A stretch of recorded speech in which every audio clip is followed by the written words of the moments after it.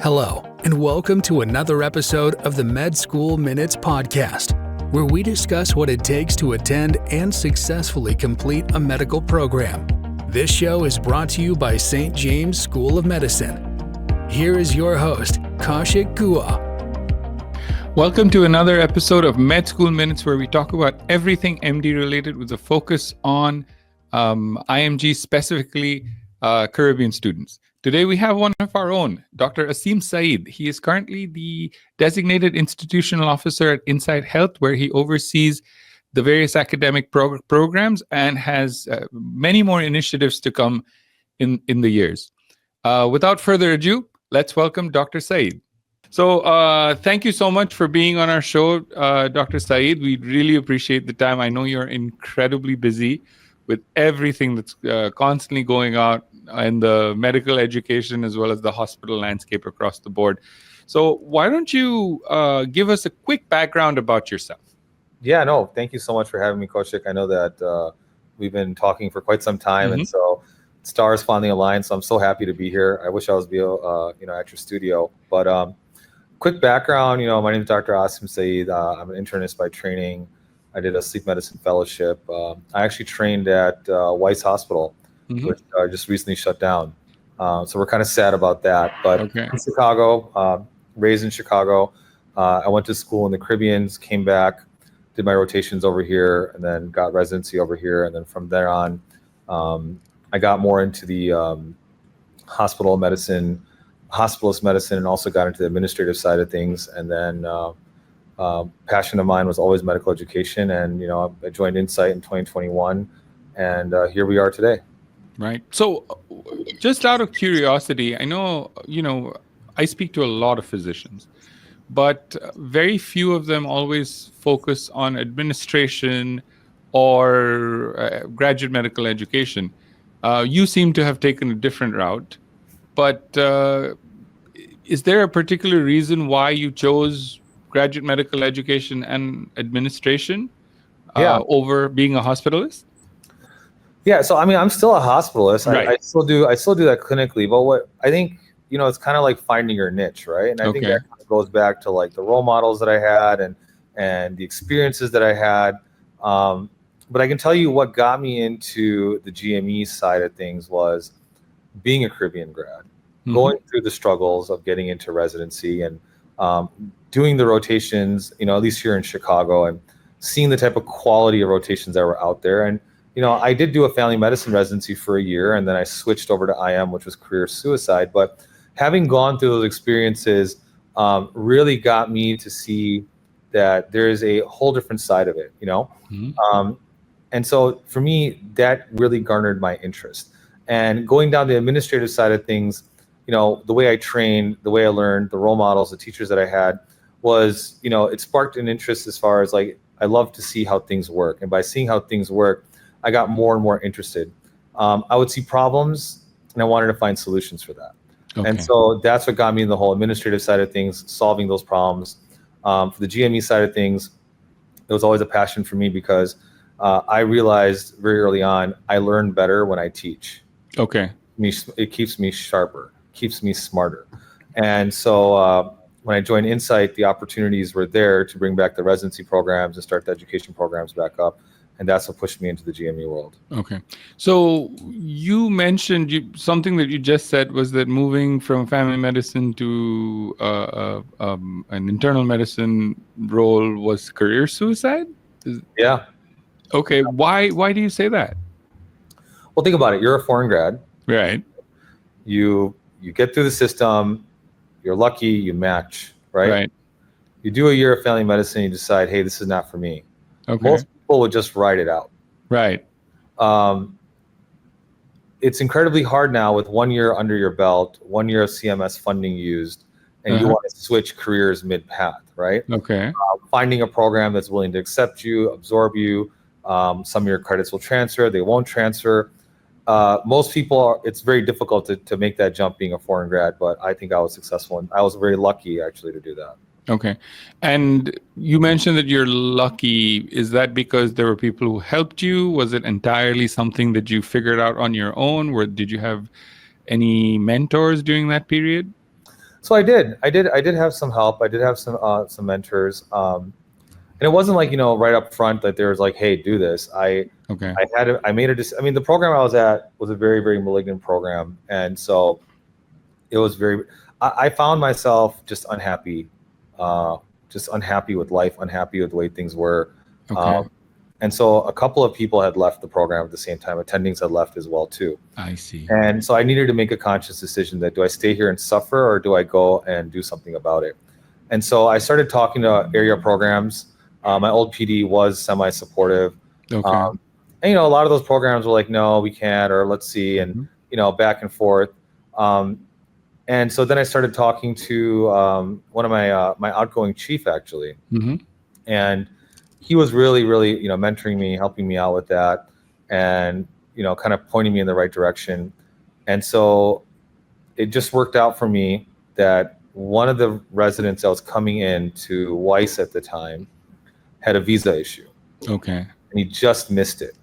Okay. And so they gave me a shot. Okay. I interviewed with them. I met them. It actually went really, really well.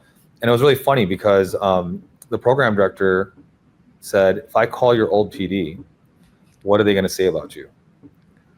And this is like the moment of honesty, right? So I said, look, that program director is going to say this, all negative things about me. Right. And he goes, okay, that's fine. He called me back a week later and said, everything you said, your program director said. Oh. He goes, I appreciate that type of honesty. And he said, I'm going to give you a chance. And he let me take that spot as a prelim. And I absolutely killed it. I mean, it was a great opportunity. I absolutely killed it. They actually opened up categorical spots for me so I can stay as a second and third year as well. Okay. And, it was great. It was the best thing ever. The rest was history after that point. Yeah. Awesome. So why did you want to choose or move from FM to IM? I know, obviously you mentioned there were some issues with the actual program, but with your original program, but was there a career viewpoint that you had which is why you wanted to make the switch? Yeah. So I actually enjoyed the inpatient medicine side of things a lot. Okay. I really, really enjoyed that. I wasn't really too big of a fan of outpatient, and not that anything's wrong with outpatient, but I like to see results. I like to keep moving quickly, right? And I found it really fascinating because in real time, you have a patient that's sick, you can make key difference, key workup, key movement. You're interacting with different specialists. You're coordinating that care. You're solving those problems. You get the patient stabilized, and then they're being discharged. I really enjoyed that. But in the family medicine program, they were very outpatient heavy, clearly, because they're family medicine. But I realized that they didn't have a too good of a structured inpatient medicine rotations. I see. And I found myself just gravitated towards that, constantly struggling to be like, I want to do more. I want to do more. And that's where I realized internal medicine was better for me. Was a way better fit for me. Right. And it seems like obviously you've made the transition, which you have dubbed as career suicide, but in your case, obviously it is most certainly hasn't been, because you're quite the celebrity when it comes to the medical education world. A lot of people know you. A lot of people have talked about emulating you and what you've done for Insight as a whole. If I'm not mistaken, before you joined Insight, I don't think that they had any residency program. Is that right? No, so Insight never had any residency program. Right. So you basically brought the entire GME and graduate medical education side into Insight with your when you started there. Yep. Awesome. And I started with Insight. April of 2021 is when I joined them, when they made the announcement that they're acquiring Mercy Hospital. I came on as a consultant, and then I became their transitional CMO. And they wanted me to, stick around. And I said, well, I'll stick around under one condition. And they're like, what's that? I said, well, Mercy was always an academic center. Right. Multiple residency programs. I want to bring those residency programs back. And they said, okay, you can do it. Okay. So we had a really awesome team. We had Dr. Rizwan Mohyuddin, we had Yvonne McCauley. It was the three of us in the boiler room, raced against the clock. What they thought would take 5 years, we were able to do in about 16 months. Brought the program back, and at that point I said, I am now going to switch from CMO and just be solely focused on the GME side. Did the GME thing, still in the GME thing, but then of course my roles have just kind of gotten more responsibilities, let's say, across the hospital system. Right. So one thing we've noticed is that obviously you have a whole myriad of designations at Insight. One of them is DIO. What exactly is a DIO? So DIO is designated institutional official, right? You are essentially the representative of ACGME, responsible over the GME programs, making sure that they stay in compliance with ACGME. Right. So you administer out all the programs on behalf of ACGME, you report to ACGME. You're kind of that conduit between the hospital and ACGME. Okay, Yeah. I see. And, typically, as I was mentioning earlier, whenever we speak to students, they're always about, oh, I want to be a hospitalist, I want to make this big paycheck, et cetera, but nobody really seems to have taken the administrative role. That being said, most of the foreign grads in particular, when they do go down this road of administration and GME, it seems like they tend to find a lot more success. What are your thoughts on that? I would actually back it up and say, first of all, don't do anything for a paycheck. Okay. And the reality is this: do something that you're passionate about, right? Right. If you're passionate about something, it's no longer a job, and the rest will all follow. I think I remember, even growing up as a kid, I was always chasing cars and basketball games, and doing whatever a kid would be doing. But I was always told, just focus. Everything else will chase you. Right. And so, to see that there's FMGs that are now getting into the administrative side, getting into the GME side, and being very successful, it's because they're passionate about it, and that's why they're going to be successful. Otherwise, you're going to hate getting up in the morning and hate going to work. I think the administrative side of things came because, again, I like to solve problems. I like to learn, understand things. From the entrepreneurial side, people that do have success, you can't just start a business and not know anything about it. You have to really understand everything from the ground up and all the moving parts. And I think it's that curiosity, wanting to learn, understand, and solve things is what now gets you into the administrative side of the hospital. It's so much more beyond, hey, patient comes in, they're in a bed. What's happening in the background? Is lab firing? Is imaging happening? Nursing shortage? This thing, you have to look at all those components to make sure it runs smoothly. So I think I'm glad to hear that foreign grads are getting more involved. Right. But I do want to point something out. This is my personal observation that typically most hospitals, their C-levels don't actually have practicing physicians. I think Insight's success is having somebody like you at the helm of the administration, at the helm of GME, and you being the DIO. I think that seems to have converged, and we're seeing more and more physicians getting into that role. But however, it's still very subdued. And every time I speak to physicians, they're like, yeah, I'm really not interested in administration. Is there a reason, and do you think it's more of an advantage to have physicians, licensed physicians like yourself, participating in administration as opposed to having a bunch of MBAs? A point to note is that Mercy, the hospital that you guys took over, the C-level was entirely MBAs and not physicians. Right. And whereas with Insight and with a lot of other hospitals, I feel like there's a change happening. Do you think that there is a change afoot, or is this just happening in between, and then things will go back to with MBAs running the show? No, I definitely see a change taking place. I am a big advocate for physician leadership. I think that it's important that being a physician, being a practicing physician, you understand all the moving parts within the system, within the clinic, within the floor, within the ORs, right? And there's a fine line between making, and I call them the bean counters, but there's a fine line between when you make a decision, you have to take into account the clinical aspect of it, right?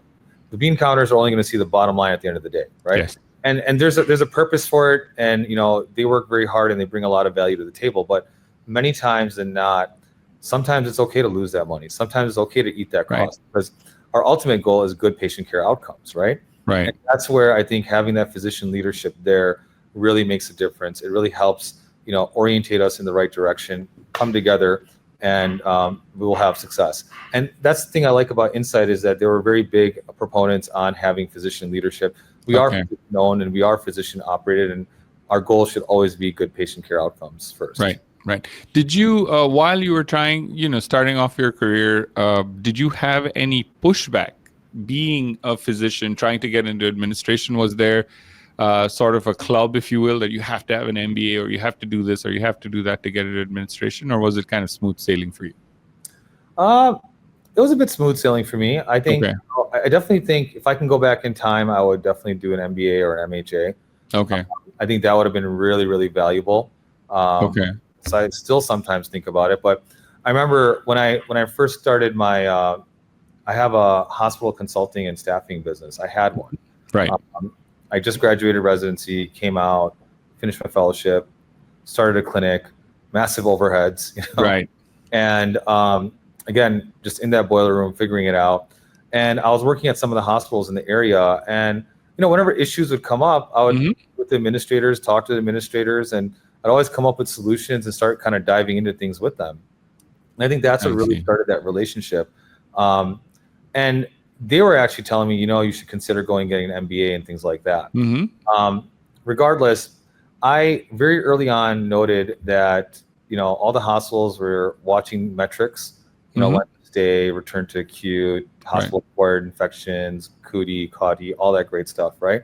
And those things are really, really important. And so as a hospitalist on the floors, I started focusing on those metrics. Okay. How do I start now changing those metrics and improving the outcomes? And across the board, I was just crushing it. And the administration was sitting with me saying, "What are you doing?" And I said, "I'm just doing what I was trained to do." Right. And I think that's where I had found my niche. And at that point, I, formed my own company. Worked with the administration over there. They gave me a small hospital in Central Illinois. Okay. And they said, "Hey, turn this place around." So we took it was like a small hospital, maybe like 40 beds. Okay. We took it from a one hospitalist program with the average census of about 13, took it all the way up to about average census of about 32, turned it into 2.5 FTE hospitalist program with NPs, completely changed out into all their metrics, retained a lot of patients, improved communication between PCPs. It got so big that, the system actually had me sitting on calls with other hospitals saying, "What did you guys do differently?" Okay. Wow. So from there, we really started growing, and they gave us more hospitals, and we started growing even more. We held interim directorship positions, leadership positions. We, of course, staffed them out. We were doing hospitalist programs, ICU programs, ERs. We also got into some of the other specialties. And that's what really propelled me in the administrative side of things. I see. And that's what also, the entrepreneurial side came in as well, too. Right. So how long did this take? I mean, you make it sound as if like, oh yeah, it was, not a big deal, but obviously. I can tell you, it took me about 2 years. Okay. To land my first big contract. I see.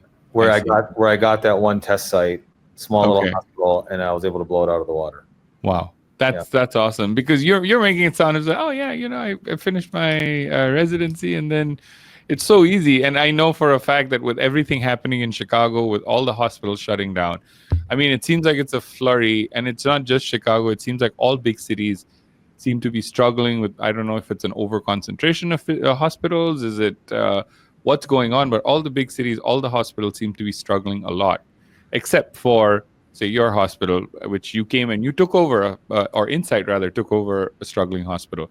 And now we still have struggles every day. Don't worry. Every day there's a new struggle. So no, I think what it is that, a lot of these safety net hospitals, they're going to be struggling because, you have, the challenging patient population, challenging payer mix. And I think it really comes down to thinking out of the box, being strategic, and just giving good medicine and really stretching it. And so I think that is what allowed us to survive. I know there's other hospitals struggling. They've been in existence for many decades, but I think it's just started compiling on them. Then you have facility issues, infrastructure issues, loans, grants, all that great stuff, and suddenly they fold, right? Right. Wow. So, I mean, obviously, there's so much to hospital administration that goes beyond the education of being a physician, which obviously you acquired those skills pretty much immediately after your residency, it sounds like. Or did you do anything during your residency to build up? No, so actually during my residency, Yeah. Dr. Salhan, she was the chair of medicine. She was my mentor. Dr. Jeff Zilberstein, he was the ICU director. I had some really, really good role models there. Terry Toohey was there. And I would spend a lot of time with them, just kind of learning things and working through things. And I kind of got privy to, what's kind of going on in the med staff or what's going on in the executive committee and, what the issues are. And then I started participating in like committees, learning more, figuring things out. With Dr. Zilberstein, we were implementing new protocols, really kind of disrupting things actually.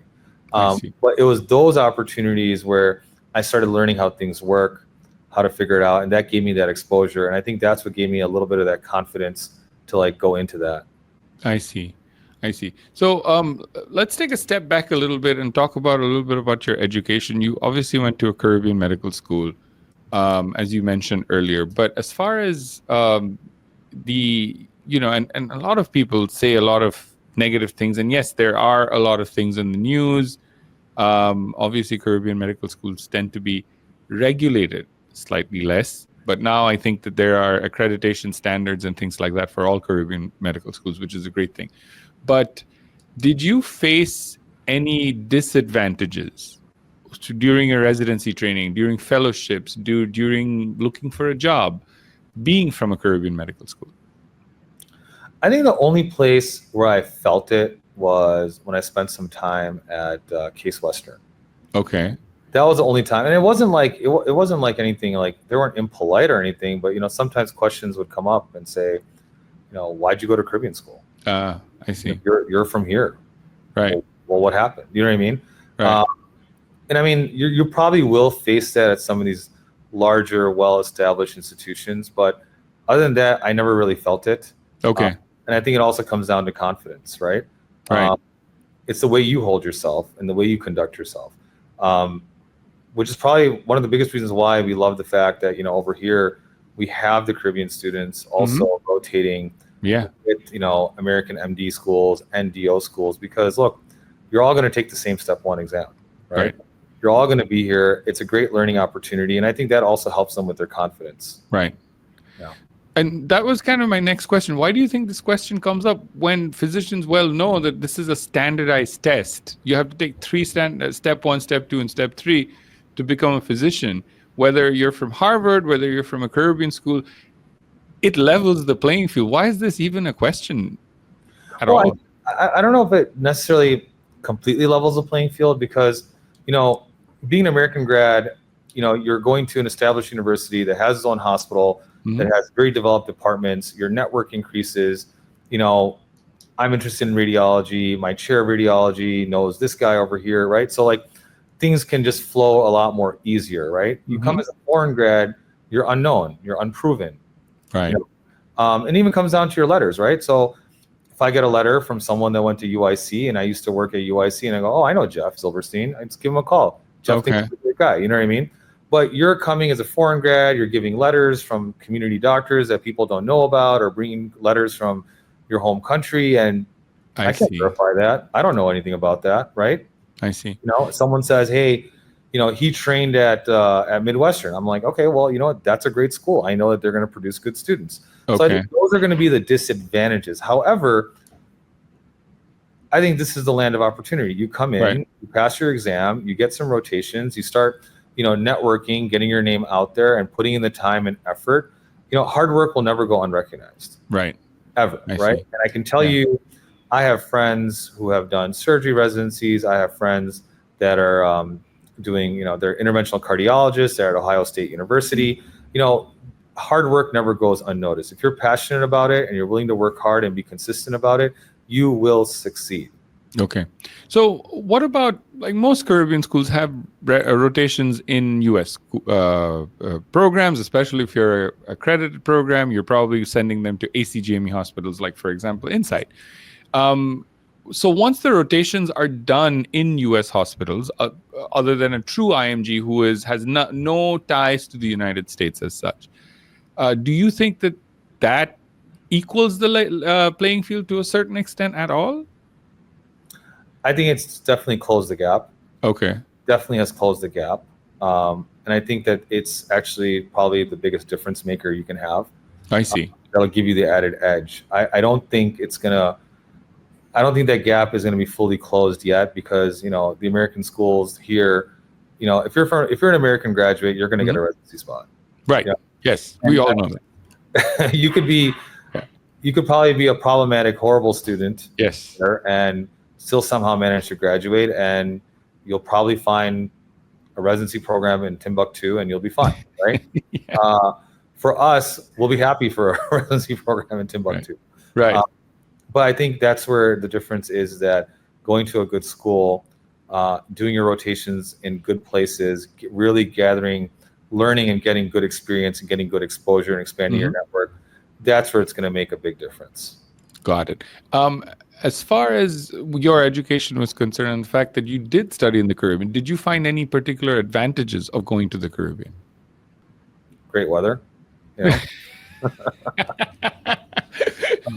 Yeah, that's true. The weather is always, but it rains every day, pretty much, in all the islands. Yeah. Well, I mean, for me, it was like, I went to Unibe in Santo Domingo, and that's a full-fledged developed country. I mean, it's beautiful out there. Okay. So I think the challenges were, one was, being away from home, being away from family, coming to this new country, learning Spanish, power always going out, things like that, making sure the AC is working. But, once you finally get acclimated into it, I think it was a great experience. I absolutely loved it. I got to not only learn medicine, but live in another country, learn a whole new language, have a whole newfound appreciation for an entire culture. Okay. It was great. And then not to mention the beaches. I mean, who could beat that? Right.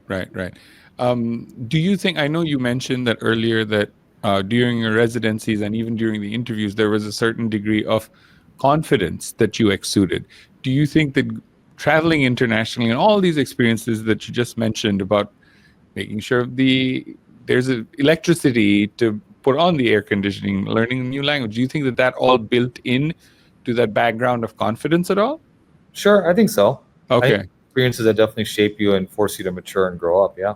Okay. Well, that's interesting that you use the words force you to mature and grow up, because, not all students, it might be a postgraduate degree, but they're not mature, I can tell you that much.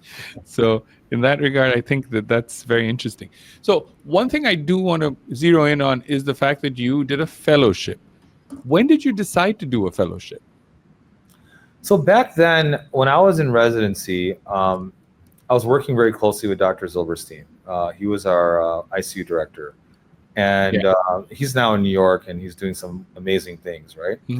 And I was always fascinated by ICU. I loved the ICU. It was medicine on steroids. Okay, yeah. I'm like a total action junkie I was an action junkie back then. I mean, I was ready to place lines and intubate and get in and do all sorts of procedures. And so for me, I was really leaning into going into doing pulmonary critical care. Interestingly, because I spent that time with Dr. Zilberstein, he was willing to help me out and get into UMBC in Maryland as well. I actually wanted to stay in Chicago, and my other mentor, Umar Latif, who's now the CEO of Rush, he was saying that, hey, maybe consider Rush, come in over here. And so I started off with sleep medicine, hoping to get into pulmonary critical care over there. And of course, I only applied there. And that year, and they were all just like, oh yeah, you know what? You're in. They're high-fiving me. And that year, they matched in everyone from outside of Rush. Okay. And they're like, oh, just stay, be a hospitalist here, and do research and things like that. And I think at that point, I kind of felt like, you know what? I've been in school for a very long time. I've been training for a very long time. And I just made the switch and said, that's fine. I'm not going to pursue it any further. Okay. But it was still a great experience. It was an amazing experience. I got to be in a large system, got to learn a lot, got to meet a lot of people. And, I do like sleeping. And so sleep medicine made sense, Right. But do you think if you hadn't done your fellowship, you would be in the same position from a career standpoint, whether you did a fellowship or not? I think so. Okay. Yeah. So how important do you think is a fellowship in the career trajectory of most physicians? I think a fellowship is important if you're passionate about that specialty, right? Okay. Don't go after that specialty because it seems glamorous. Okay.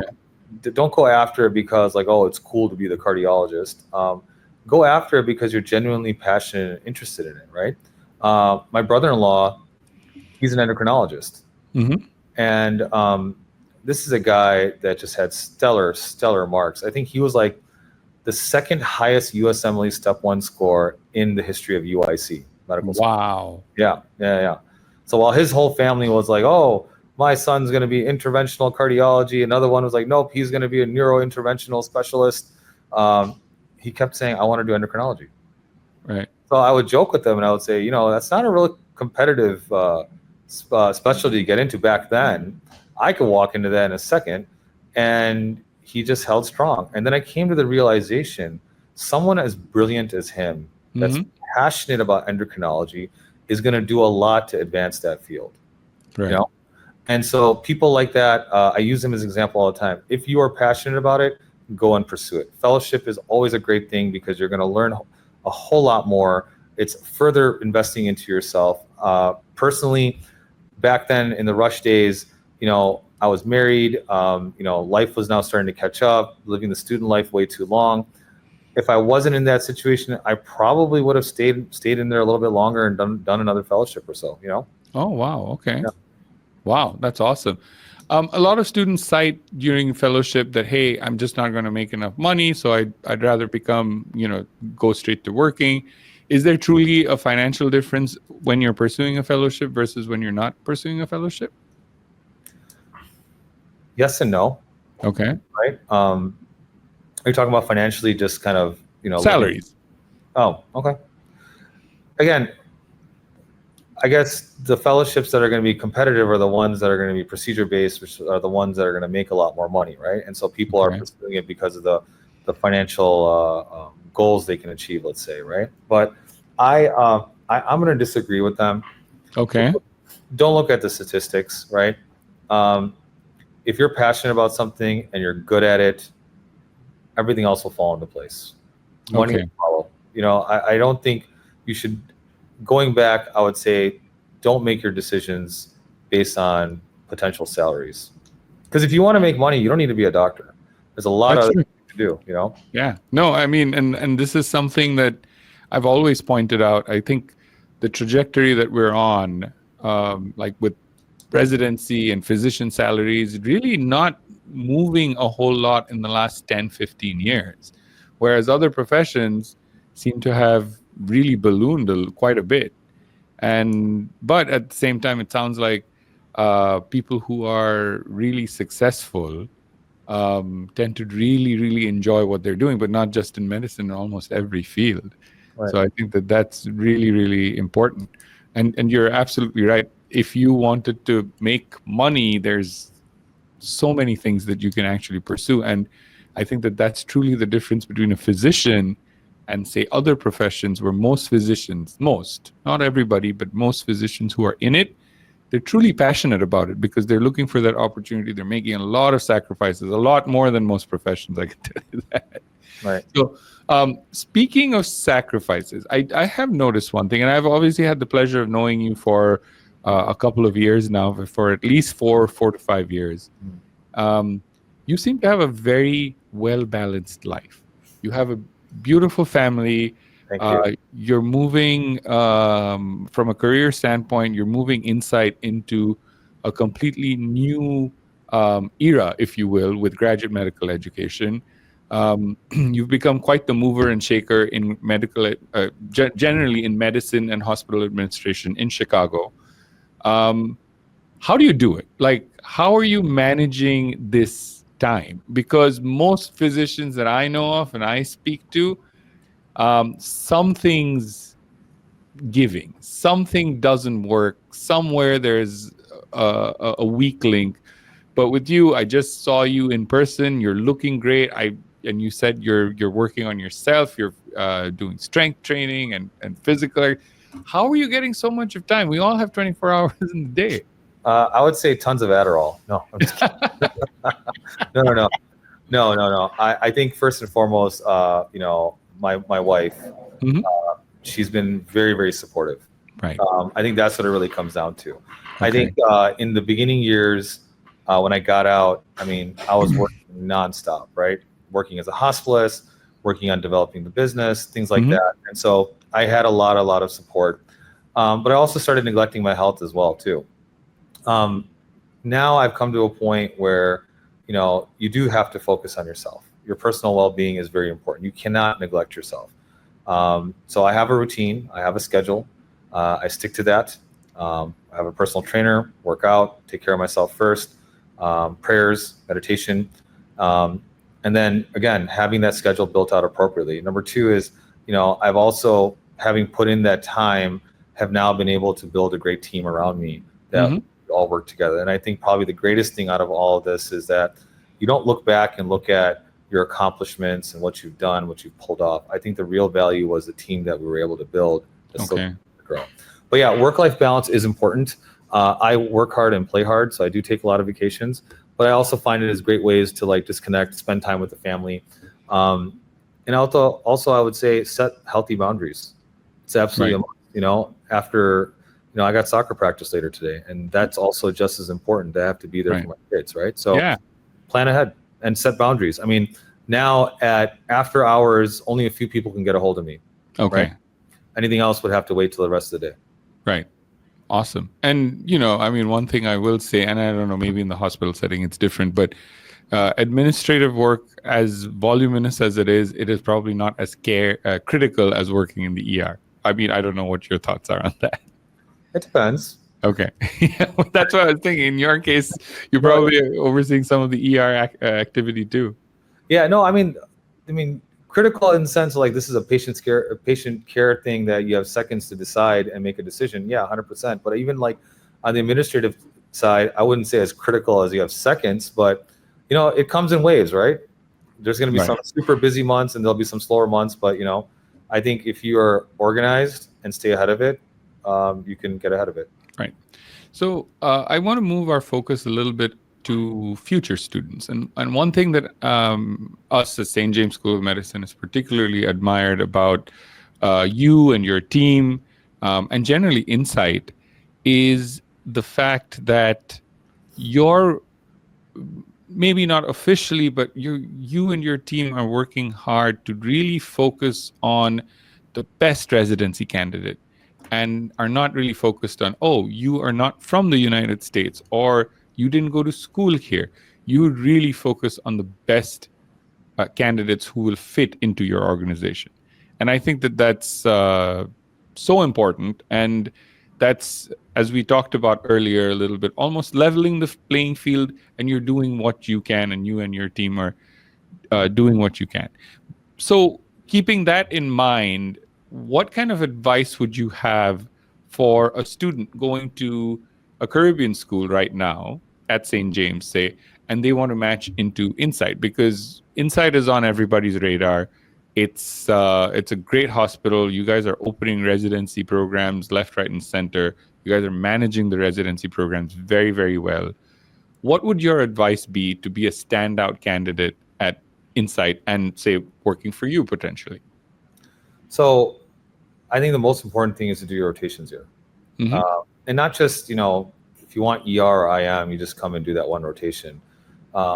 Do some of the other elective rotations as well too.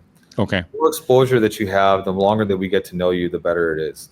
I can tell you pretty much everyone that has gotten a spot here is because they've been vetted out. They've been working Okay. with us. And, we recently took in a St. James student to one of the ER programs. This guy was absolutely amazing. He was on the medicine floors with me, super helpful, very humble, hardworking, first one there, last one to leave, always following up on things. You could see that he was genuinely interested. He was Okay. and he was dedicated. And so he did that rotation. I absolutely loved working with him. He did a couple more rotations. He started participating in things, helping out. He would show up to the didactics. He even gave presentation. And so this gave him a lot of exposure, not just to the program directors, but also to, other faculty members as well. And so, of course, naturally, we would give him an interview, and he crushed it at the interview. So why would we not take someone that's tried, tested, and proven and committed? We know what we're getting. You know what I mean? Okay. That's so. And what about sub-Is? Is that, I know sub-Is, audition rotations, these terms are thrown out very colloquially by everybody, including school administrators like us. Is there, number one, a difference? And number two, for your program in particular, I know you mentioned that they should do all of them, but do you think that there is a good opportunity for students to come and do a 4-week rotation and potentially at least get an interview or something like that? Yeah, I think a sub-I is going to be really important. Okay. I think you can use the term, it is almost like an audition rotation. If you want to get interviewed, if you want to show the program that you're serious, if you want the program director to feel that, hey, this guy is genuinely interested in internal medicine, a sub-I will make a big difference. And I think when you do a sub-I, you're going to be evaluated a lot more differently. Okay. The outcome is not, hey, does he pass or does he fail? Outcome is he prepared for residency? And I think this kind of goes back to conversations that I would have with my old program director. Mm-hmm. JAMA had published an article back then about Caribbean grads' residency preparedness, right? And a lot of other program directors have felt this way. The issue really comes down to is that, we know you can produce a score. Back then when, step one had a score and everyone was like, oh, I got a 95, I got a 99, Yeah. But the issue was that, do we know you're prepared for residency when you hit the button, right? And I think that's what a sub-I is really going to do. A sub-I is going to show the program you're, number one, interested. Number two, you are prepared for residency. And you're going to be held to the standard of an intern. The expectations are going to be at an intern level. Your responsibilities are going to be a lot more. And so that's your time to shine. And some have done very, very well with that. Mm-hmm. And let's just say that maybe this isn't the program for them. That letter is going to make a big difference. Right. So it almost sounds like, we've always been of the opinion that if you get a sub-I after 4 weeks or 5 weeks, whatever the sub-I period is, the student always invariably gets an interview. That's definitely sounding like not the case, right? I mean, if someone who did really well in their sub-I, yeah. Okay. Yeah, but if they didn't, the student basically said, thank you so much for your time. Unfortunately, this is not, going to work out. Right. So it's not true that everybody actually eventually does get an interview through a sub-I. That's correct. Okay. And generally speaking, if somebody were to come in and say they're not necessarily internal or emergency medicine and they're potentially doing their residency in another Chicago hospital, but they say they want to come and work on your team specifically for you, how would that actually work? Meaning they want to rotate with me? Not necessarily rotate. They're already doing their residency somewhere else, but they want to come and become hospitalists at Insight, and they want to work on your team under your leadership. Yeah, no, absolutely. We're always looking. We're always looking for people to join us. And again, I think it's almost like kind of the way we're the same kind of criteria we have for residents is kind of the same way we're looking for the right fit of a physician to join our group. You really have to be bought into the mission of the hospital. You have to be bought into that. We care more about the social determinants of health, the patient care outcomes. That's our bottom line. And having the right person that understands that being a safety net hospital where resources are limited, there's going to have to be, there will be struggles. If someone's bought into that, we would love for them to join us. The best way to go about that is reach out to me. You can reach out to the CMO, submit your CV over, and that's the way to go about it. I think in Chicago, though, it is getting a little bit harder to find jobs, especially like if we're talking about hospitalists. What I've noticed is that there aren't many postings for hospitalist jobs in the city of Chicago. It's all supply and demand because larger places, rather than going through the trouble of posting an ad on whatever the monster.com or jobs.com, internally they're feeling it so much more faster. I could be like, oh yeah, you know what? Me and Kaushik trained over here, and I knew this guy, and he's actually moving back to Chicago, and like, you know, and internally those spots are getting filled. I see. So I do think though it does make a difference training in the city that you want to be at. I think the fact that I trained in the city of Chicago because Chicago was home for me, it expanded my network rapidly. Awesome. And I know we're coming up on time and you don't have much time left, but I do want to end with one question. What kind of a legacy are you hoping to leave behind, both in medicine and in life? That's actually a really good question. The legacy I want to leave behind is that I've been able to help people. That's the legacy I want to leave behind. And I think that is something starts with where I was inspired and how I was raised. Even during my times of struggles and things like that, I would meet people and they would say, oh my God, you're so-and-so's son, or that's your mom, or that's your dad.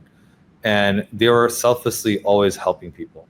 And help can come in many different forms. Help can just come from a smile. Help can just come from a conversation. Help can come from by teaching someone something. And so as I started progressing and advancing through my career, some of the mentors that I had who also helped shape that, and going through the rotations that I went through, I set out to say, hey, you know, I would like to change the landscape here in Chicago in the medical education space. And so one day, if I look back and say that I was able to help all these people, you know, do well and be successful in medical education, I would say that I would feel happy and complete. And of course, more importantly than that, not only did I help those people, but now I've also helped many more patients have better outcomes. So the legacy I want to leave behind is saying that I've been able to help all these people. Thank you so much, Dr. Saeed. It was very insightful to learn about the differences between academia, being a hospitalist, and being in hospital administration. And obviously, you've done it all. Thank you so much. And as mentioned, you are quite the celebrity in the Chicago region when it comes to hospital and hospital administration. I also want to point out that after Dr. Saeed initiated the educational programs in Insight, we've had scores of students who've matched into the Insight programs. And because of that, Dr. Saeed has taken the time to come to our studio and record a podcast, as well as later on in the month, he will be interested in addressing our students directly. So again, if you are interested in residency, if you want to get sub-Is, definitely tune in for that webinar. But as always, do remember that there is no shortcut to becoming an MD. Thank you so much. And if you do really like our content, feel free to download us at any of your favorite platforms, and give us a like and a follow. It goes a long way for us. Thank you so much. Thank you so much for tuning into our show. We hope you enjoyed another episode of Med School Minutes. If you like our content, please follow us and receive notification when a new show is posted. This podcast is brought to you by St. James School of Medicine. For a video version of this podcast, please check us out on sjsm.org/video.